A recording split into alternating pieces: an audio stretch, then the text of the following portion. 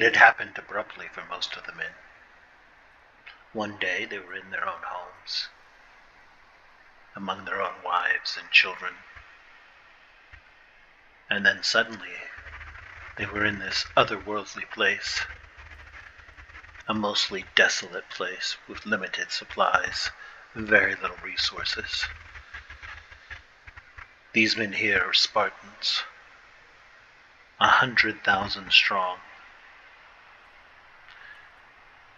Facing them on the hill, Germans from the 20th century.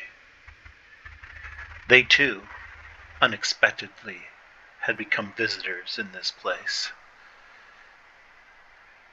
in need of resources and supplies. At first they attempted to negotiate with the Spartans. Communication had been difficult, and the Spartans were not impressed with the technological advances that the Germans displayed. And so, in the end, it had come to this: a battle. Allied with the Germans were several thousand Romans who were impressed with the technological advances and hoped to seize them for themselves at some point. Many of the Romans had served in the barbarian lands and spoke a little bit of the German language. While they were assisting and were allied with the Germans, deep in their heart they knew they were the barbarians' true masters. The Germans, having been plucked out of 1942, were armed with carabiner 98K bolt-action rifles. The Spartans, on the other hand, were armed with spears, shields, helmets, grit, determination, and wit, honed in many previous battles. The Germans wished the Spartans to bend the knee, but they would not, and thus the battle began. The German volley, piercing the ranks of the Spartans, cutting them down. But the Spartans had seen ranged weapons before. They'd seen comrades fall before, and they knew that the only solution to such onslaughts was to continue the advance, so that your brother in arms behind you might, perchance, get within spear range and land a blow. And with enough men of the right caliber, you will eventually overwhelm the foe. And thus, they marched on, into the face of every barrage, falling, and yet being replaced by a brother. On the Germans' left flank, the Romans engaged the Spartans in traditional battle, shield against shield, sword against spear. But the overwhelming number of Spartans soon began to roll up the Roman line. In a desperate attempt to protect their rear, the Romans pulled men off the main line to form a secondary defensive line.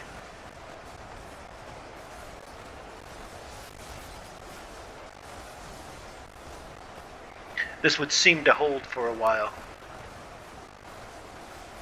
but the Spartans kept coming, more and more of them, thus causing the Romans to continually increase their flank.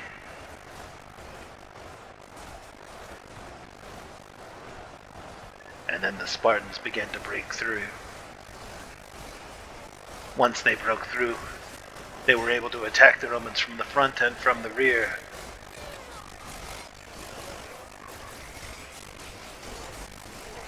It was grueling, bloody, sweaty battle.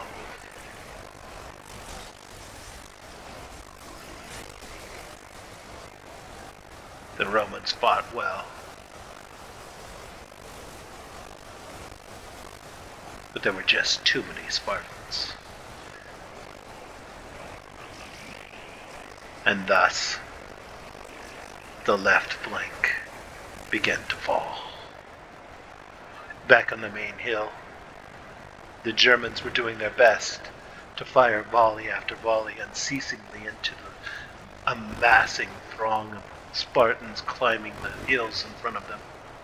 But already here, the Spartans had rolled around the flank, the right flank, and they were attacking the Germans now from the front and the rear.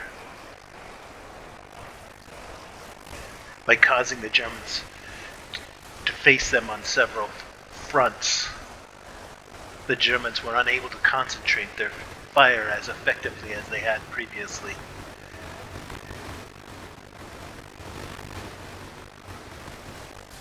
In the distance, a new army has arrived.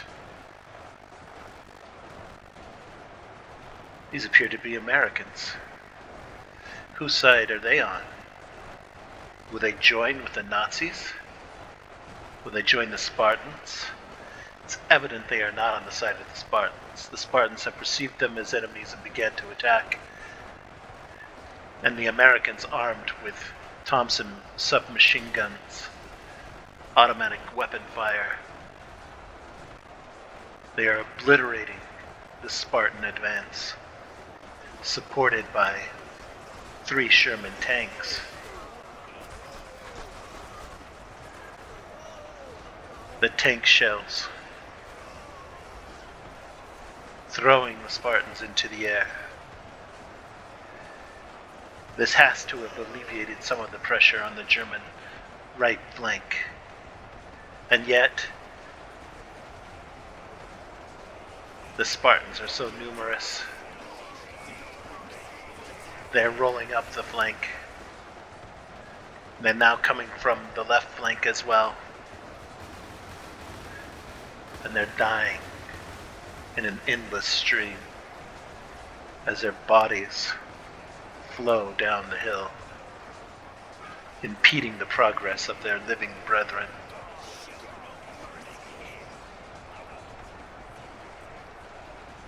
The Spartans have banked on the idea that they are better men and that there are more of them.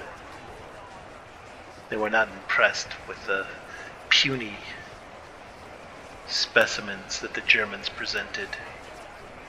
They had not seen the Americans. Where the Americans came from is as mysterious as how anybody got here.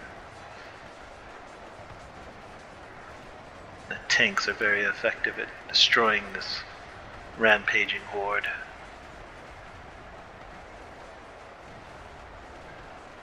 But the Americans have yet to face the full effect of the Spartans' onrush. Thousands of Spartans waiting to get their chance to thrust a spear into an enemy. The only thing preventing them at this time is that there's not enough space for them to get up there. The Germans surrounded on almost all sides. You see half the Germans shooting the rear, half the Germans shooting to the front, some of the Germans shooting to the side. More and more Spartans ascend the mountain.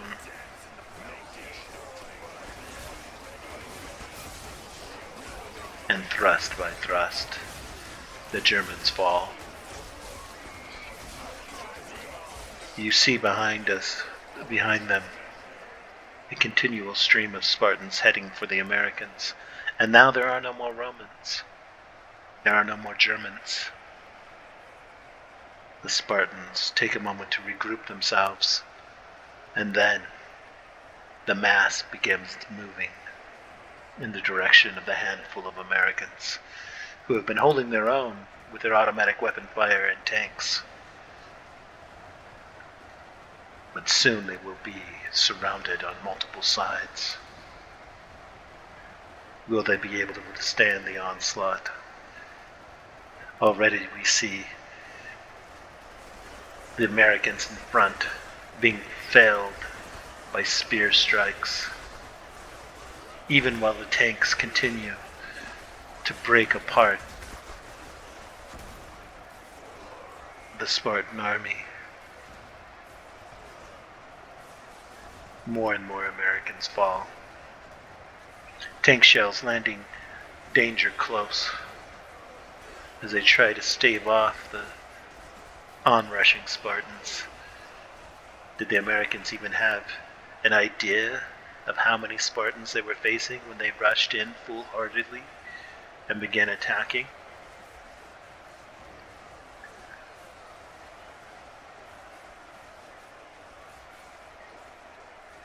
The Americans now completely surrounded.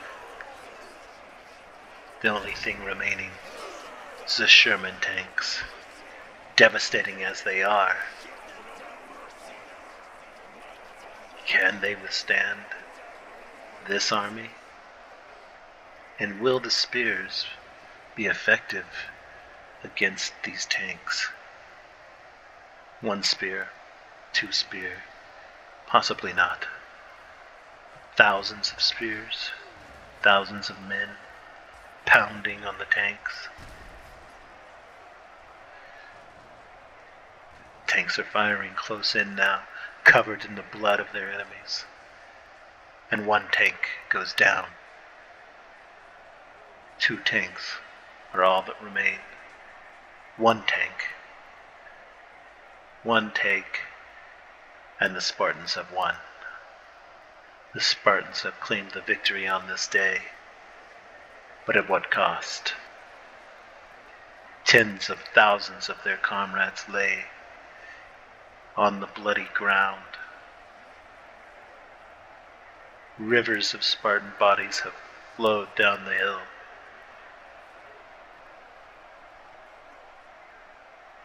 But in the Spartan world, a victory hard won is the best kind.